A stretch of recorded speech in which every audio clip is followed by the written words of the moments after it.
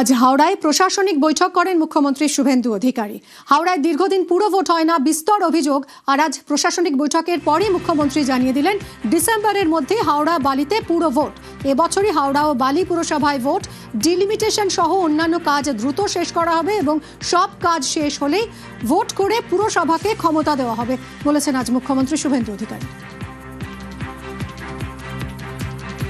আমরা ডিলিমিটেশন অন্যান্য প্রক্রিয়া শুরু করতে বলেছি। সবার সঙ্গে আলোচনা করে আমরা প্রাথমিকভাবে যেটা বলতে পারি, আমরা রাজনৈতিক দল গণতন্ত্রে বিশ্বাস করি।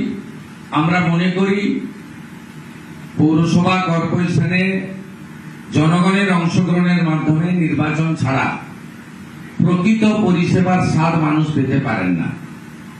তাই আমাদের বিশ্বাস, আমরা ডিসেম্বরের মধ্যে সব ঠিকঠাক থাকলে ডিলিমিটেশন ইত্যাদি ইত্যাদি আমরা গণতান্ত্রিক পৌর বোর্ডের হাতে হাওড়া কর্পোরেশন এবং বালি